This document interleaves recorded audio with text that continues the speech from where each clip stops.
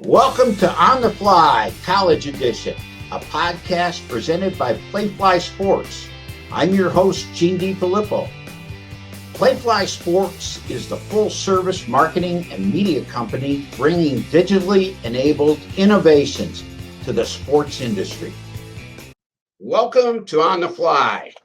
I'm your host, Gene DeFilippo, and today we have two outstanding guests. Number one is Kevin Warren, the commissioner of the Big Ten Conference. And our other guest today is Craig Sloan, who was the longtime senior vice president at Home Team Sports, now is the president of Home Team Sports, and also the chief operating officer at Playfly Sports. Quite a title. Kevin, I'd like to start with you if we could. You and I have been friends for a long time. I met you when you were working with the Vikings, but before that, you had your own agency. You worked with the Rams. You worked with the Detroit Lions. With the Vikings. There's a lot of young administrators out there. Tell us your story. It's so interesting. Start with college, if you would. Yeah, and Gene, one is good to see you, and I just appreciate your support and candor and honesty, and you're a good man, someone I always enjoy spending time with you. My story really started when I was 11 and a half years old. I got hit by a car, and horrific car accident. I was on my bike and wasn't given much of a chance to have a good life after I did survive. I was very fortunate to land on a plot of grass about 30 feet from where the accident occurred. And for sure, sports was going to be touch and go. And I was able to take the majority of the settlement money and actually build a pool in my parents' backyard and just created my entire rehab system and worked myself back through water aerobics. That's one of the good things that the doctor did tell me, because he was not encouraging at all, but to told me that an opportunity would exist if I worked in water aerobics, and then got a chance to get back going and played high school basketball, and then was fortunate to go play in the Ivy League at the University of Pennsylvania before I ended up back at Grand Canyon University in Phoenix, and so that's really where my story began. But after I graduated from Grand Canyon University, a group of friends of mine had a chance, you figure that was in the mid 80s to go right to work and make money, especially in banking. And I remember at dinner one night, I told my parents I was going to accept a job in banking. And they said, you need to go to grad school. And I said, why do I need to go to grad school? And my mom was known for never giving you the answer, but just to really make you think. She was a certified genius, just a brilliant woman. And she said, just like with Christmas, why do you wrap Christmas gifts, holiday gifts? And I said, I guess that's something to do. She goes, no, why do you wrap them? And I said, because people like them presented. They look nicer, and they seem to be better gifts. And she said that's the whole point of graduate school. It doesn't change the inside of the gift. You can be the same person, but it comes in a better package. And so you need to go to grad school and then go to MBA school, but we're going to challenge you to go to law school. And so that's how that journey started. I entered into the MBA JD program at Arizona State University. And right after I started the MBA portion, I had a sister of mine who became seriously ill. She was living in South Bend, Indiana at the time. And she was my sister who took care of me when I had my accident. So I finished the MBA portion and then was able to apply to Notre Dame Law School, got into Notre Dame Law School and lived in her basement and took care of her. And that's why I ended up at Notre Dame to get my law degree. And then my career began then. I was scheduled to go back and work for a firm I had interned with for 2 summers in Phoenix.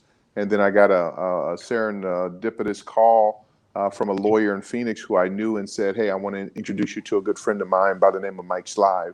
And Mike was a lawyer at that time in Chicago. And a good friend. Yeah. So I met him for breakfast, and he offered me a job. And then between the time I graduated and he offered me the job, he moved to Kansas City, and that's how I ended up in Kansas, really, because that's where the NCAA used to be.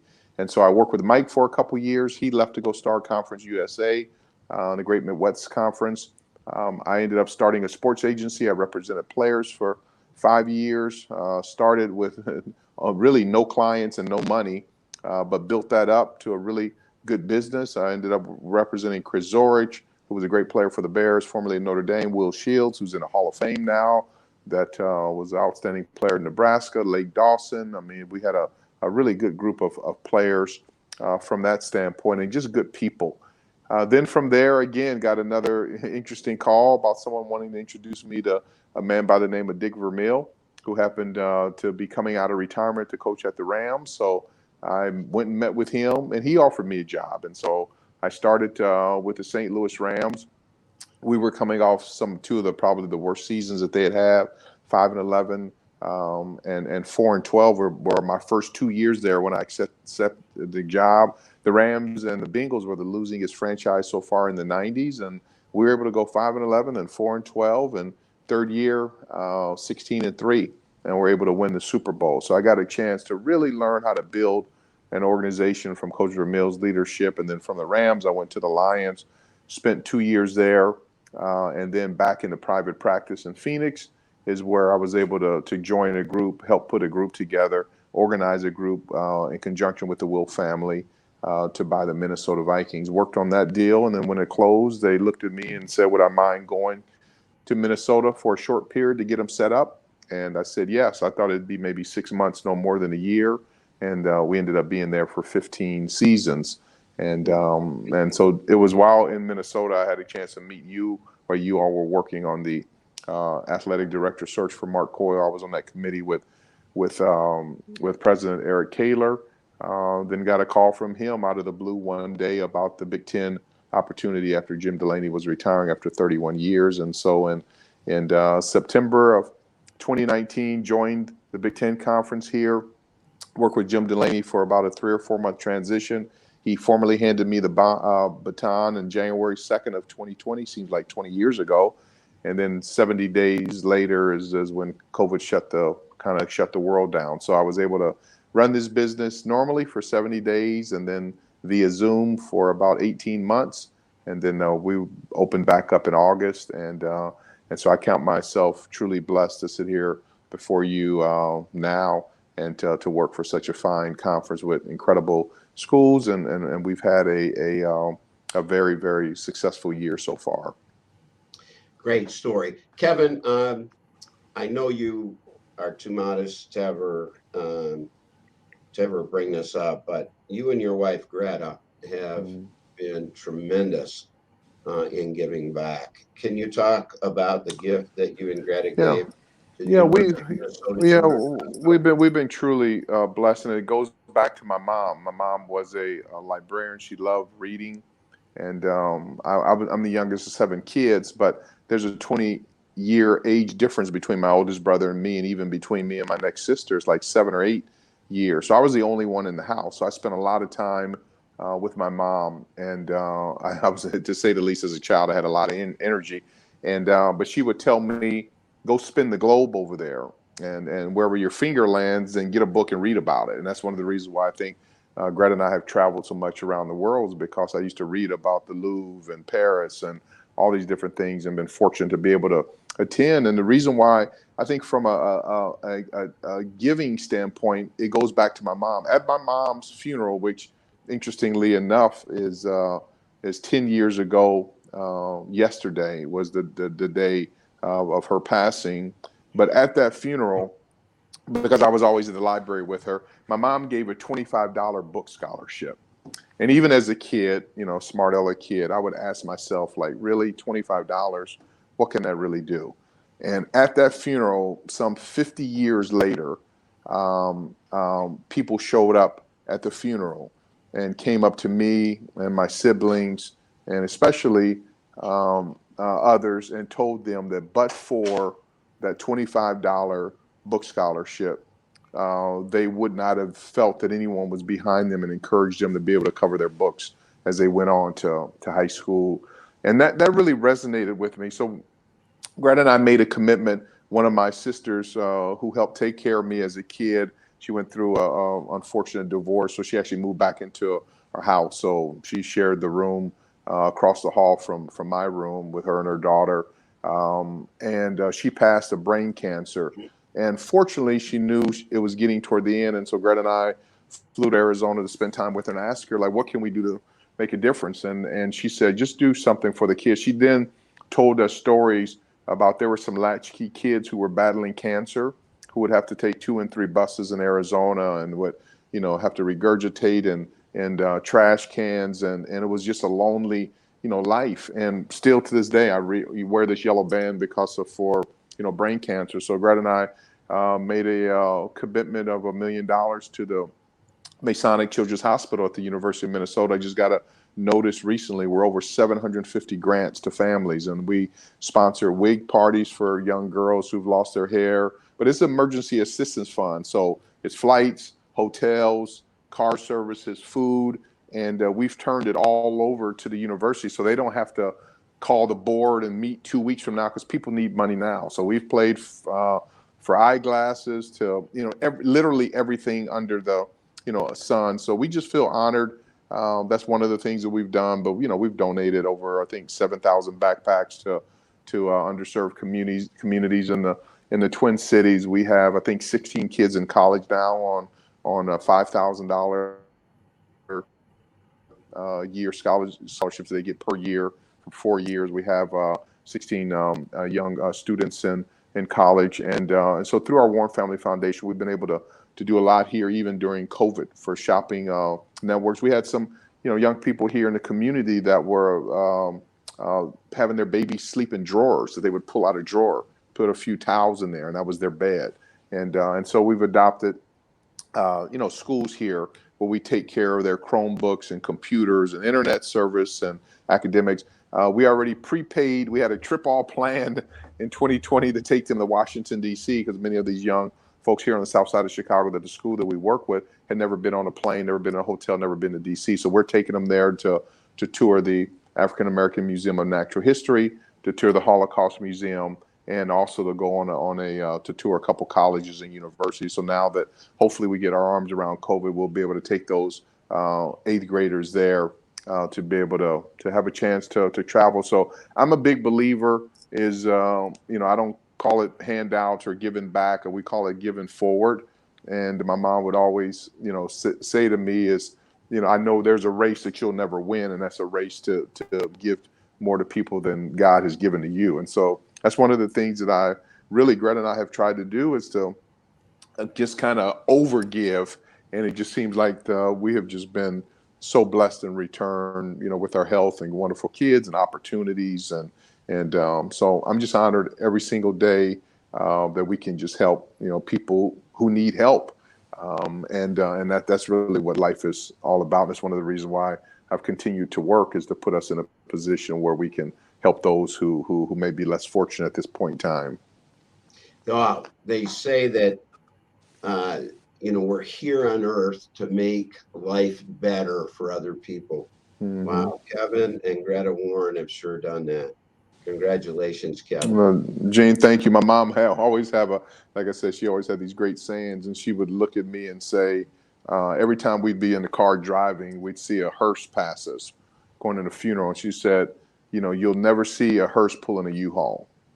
And that was her way of saying is that you don't see a U-Haul behind it with all of your possessions, because at the end of the day, you're going to wear one suit and one pair of shoes and one shirt and tie and some undergarments, or one dress, and that's it. One pair of glasses. So all that stuff that we so much seek to acquire.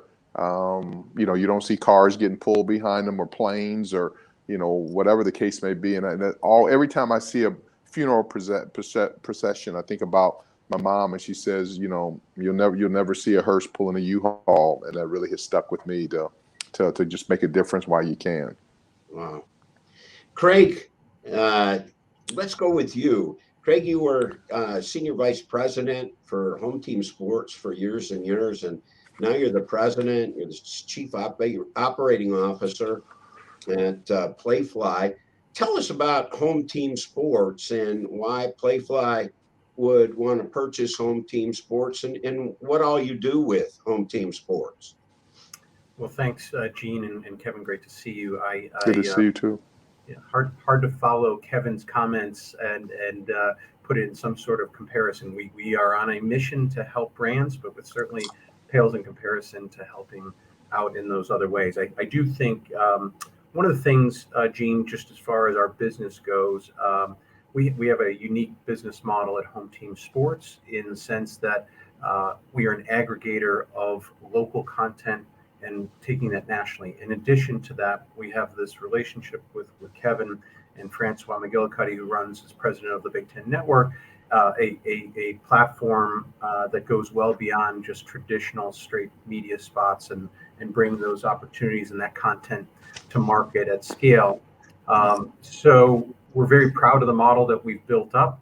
We spend a lot of time talking to brands in a very consultative way. A lot of companies talk about that, but we happen to have a model that allows for us to do so. And I'd love to take credit for it on the Big Ten front, but the Big Ten and what Commissioner Warren has inside of his portfolio allows for us to have very rich conversations with brands about opportunities to connect with the fan base, whether students, the alumni, or just fans of Big Ten schools and the conference in general, that go well beyond, again, just traditional TV, between the idea of all the archival rights and the components that they own and can take to market across multiple platforms, digitally, socially, and through the linear networks, activating at some points on campuses on game days around some of their premier events. All of those things allow for us to have a very fun and fruitful conversation with brands on how to connect with fans at a deeper level, frankly, than single feed networks could ever really do, in a general sense of where your relevance of your content isn't necessarily always prescriptive. It's the content that the Big Ten puts on is always relevant to the Big Ten fan base that's spread across the country. So he happens to be sitting on a very widely distributed network that has a lot of access to fans that live in the footprint and outside of the traditional footprint of the Big Ten Conference. So that business is a fun business, growing exponentially.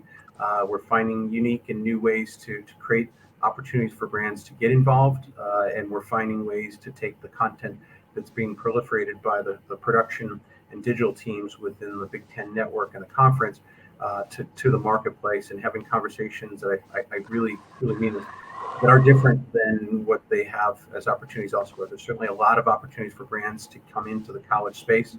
I don't think any is compelling as what we have within the Big Ten Conference.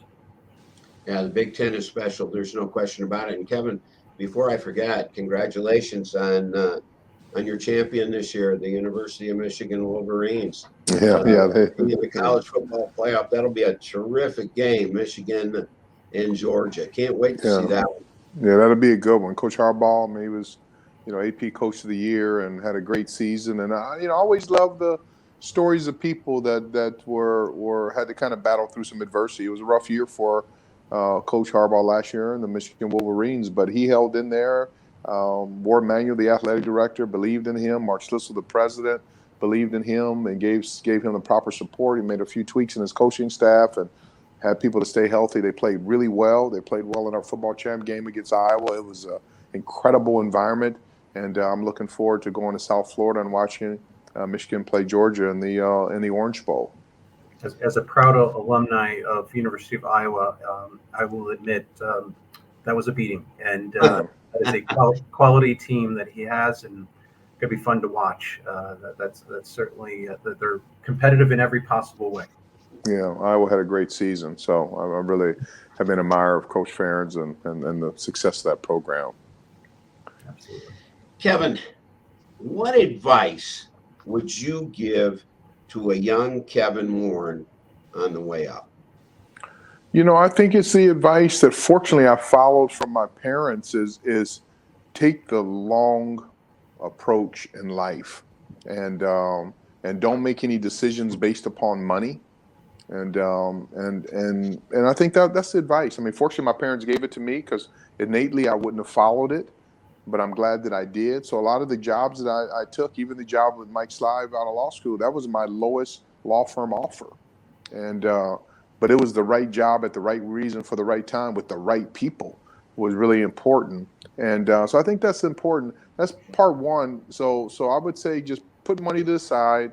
Take the long-term approach. The other thing is recognize that you can only be as good as the people around you, and that's the bottom line. You can't outperform your team. I mean, you may be able to do it for a season, But if you really want to have long-term success, you got to be around good people. And if there's an organization or a job offer, never say, well, I know I'm going into here and the people, have low integrity or I'm questioning them, but I'll be able to kind of outwork them or out survive them. Just don't do that. Your surroundings will really dictate your success. I think that's what I'm glad my parents told me that. I listened, but that's what I would remind a younger Kevin in his career to follow those same words. Good advice. Kevin, every day you work with presidents, you work with directors of athletics, you work with head football, head basketball coaches, all kinds of leaders.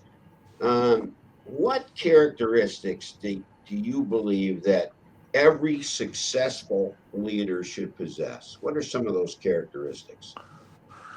I think really an ability to stay calm. Nowadays COVID had an impact on a lot of different people, not only physically but just operationally. It just seemed like it brought out in certain people just a mean spirit, and so one of the things I think all leaders should have is just the ability to remain calm, especially the hotter the room gets, the calmer that they should become. Doesn't mean that we're not intense. But I think that the other thing I say to young leaders coming up is to really understand the importance of truly understanding the financial elements of any business that you're in. I hear so many times from young and older executives sometimes who may be in an area that they don't care they may not consider it to be financially impactful. And so you ask them a question, they'll go, no, that, our accounting department, our finance department worries about that. I'm in branding, or I'm in sales and marketing, or whatever. That's not really, I don't kind of understand P&L statements. And one thing I would tell all young executives, understand the business element, the business that you're in. Whether if you work at a church, if you work at a college or university, truly understand the core tenets and the core elements of your business. How money flows, how it comes in your organization, out of the organization. What are the expenses? What are the line items? How it all fits in the bigger picture. And so that's something that I've always looked for in executives, regardless of, I don't care if you're working in the athletic training department. Understand that room. Understand and know how much tape costs and how it all rolls up. And so I think that's the thing that I've challenged a lot of people in our organization to start looking at. And I just said it in the meeting yesterday. I always challenge folks to say, just imagine that if your business unit was the only business unit that the Big Ten had, would we survive financially? And I say that for a reason, because if we can get everyone collectively, whether you're working in the mailroom, to the facilities, to marketing, to sales, if your business unit was the only business we were going to be in, would we survive? And that's just to get people to thinking through that it all fits together.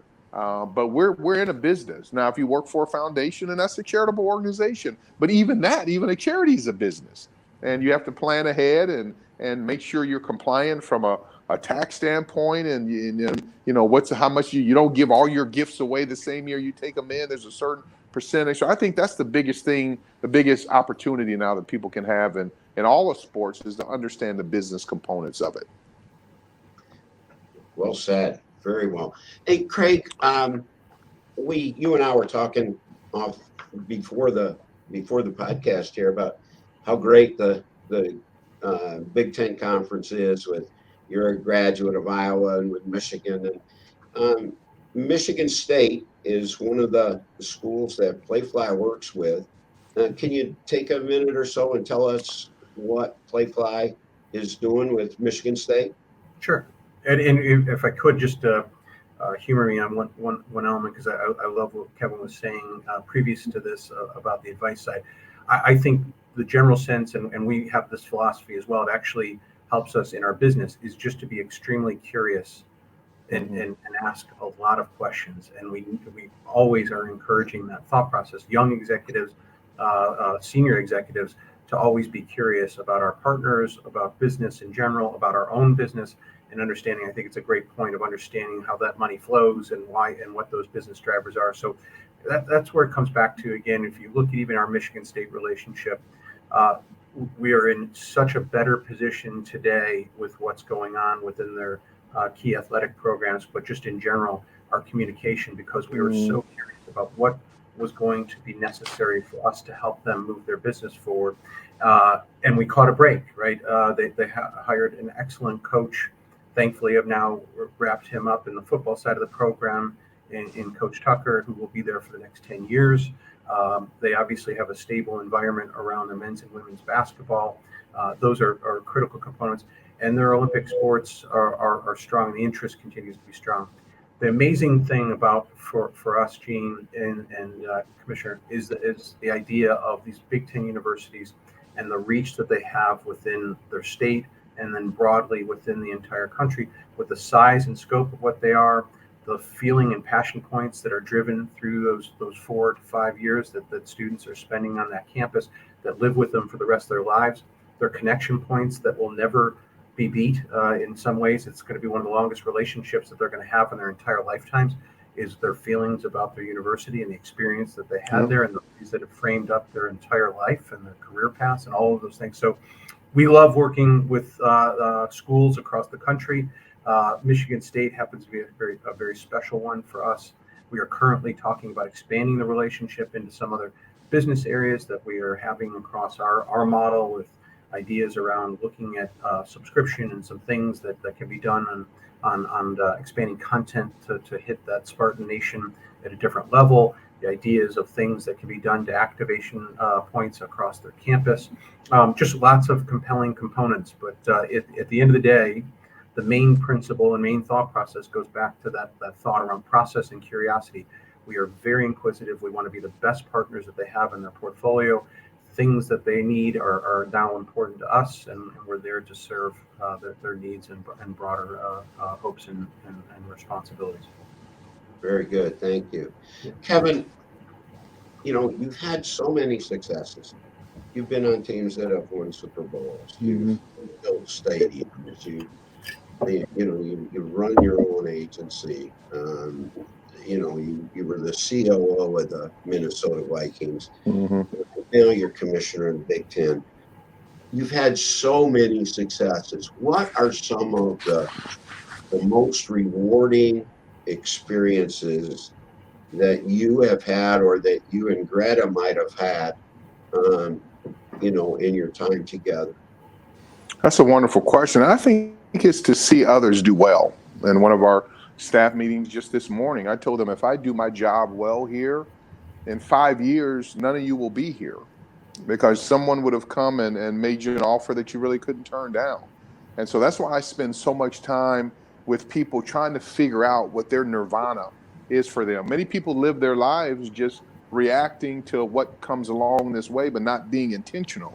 So I want to ask people a lot of questions. What do you want to do?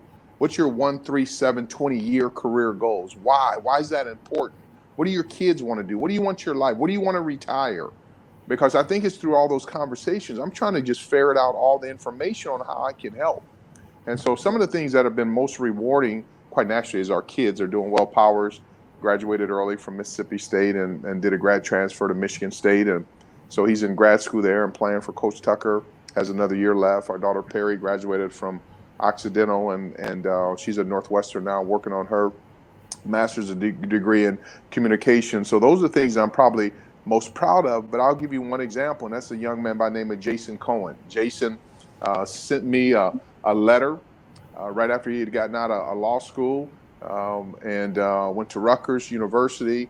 And he sent me a note. I called him, and he literally would call me every single day, every week. It seemed like he was calling me regularly. And I was like, Jason, we just got to the Vikings. I said, I don't have a spot for you. And he said, after about a month, he said, okay, that's fine. Here's what I'm going to do. I'm packing my car up today from South Jersey, and I'm going to drive my old Volvo to Minnesota. I'm just going to park in front of Winter Park. And when you are ready, I'll be right in front. And I was like, wow. You know what I mean? And that hit me. And so I created an internship program. He started off as a legal intern. And the first meeting I had with him, I asked him, Jason, what do you want to do in your professional career? He said, other than get married, have kids, but I want to be a general counsel for an NFL club. He was that specific. I said, great. So he spent a couple years with us as an intern. He did everything. He learned about business because if you're around me, I'm going to include you. I took him to meetings so he could learn. He learned about stadium. But so he came to me, and so after he worked at women's professional soccer, I said, you need to get some brand experience. And so I called one of my classmates in Notre Dame who was an executive at NASCAR. And he was able to get a job there, and he really learned brand. And as time would have it, a couple years fast forward, the Dallas Cowboys general counsel job opened up. Now, Jason at the time was only 32 years old. He was a young man. I called the Jones family, and I said, if you hire him, you basically get me, because I'm his supporter. And yeah, it would be some lean times for him early on. He's been there 9 years now. He's become part of the family. And so that's just a story. One, if he had said, yeah, you're right, there's no job available, and moved on, I never would have hired him. He said, I'm coming there. And he was aggressive. He was willing to, he rented a 1-bedroom, literally closet, and was moving pianos on the weekend just to make ends meet when he moved to Minnesota. And then he just he made stuff happen. He learned, but he is in his nirvana because that's what he wants to do. And so I think that's the thing, back to your question, is to really make your mind out, be really intentional as far as you want to do, and understand it's not going to happen overnight. It's going to take some time. And when you see Jason now, when you look at the NFL general counsel picture, you see Jason Cohen. And he's done a wonderful job with the Cowboys. He's got a chance to work on incredible projects. The Jones family, he loves them and they love him. But when you ask me what makes me proud, that's what makes me proud. And we have multiple stories like that. But to see a young man really set his sights on it. He's married to the woman that he was dating. They got twins. He's in the Cowboys. He's doing well. I mean, that just really touches my heart. I think that specificity of that goal I find compelling, right? I think that idea, you said it early on, he knew not a general sense. He was literally, targeted for that opportunity, because there's your successful outcome, and now you just have to design the path to get there, which is fun to see. It's great. Kevin, you have so many teams in bowl games that you and your staff are going to be all over the country. Right. What bowl games will you attend, and what others are you going to send some of your staff members to be at? Yeah, we'll have Big Ten representatives at all of them.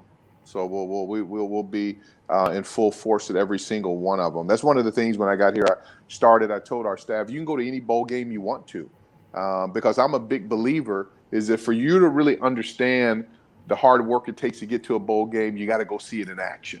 As I always tell servers, I always offer them to taste wine that I open, because I say, in order to sell it, you got to taste it.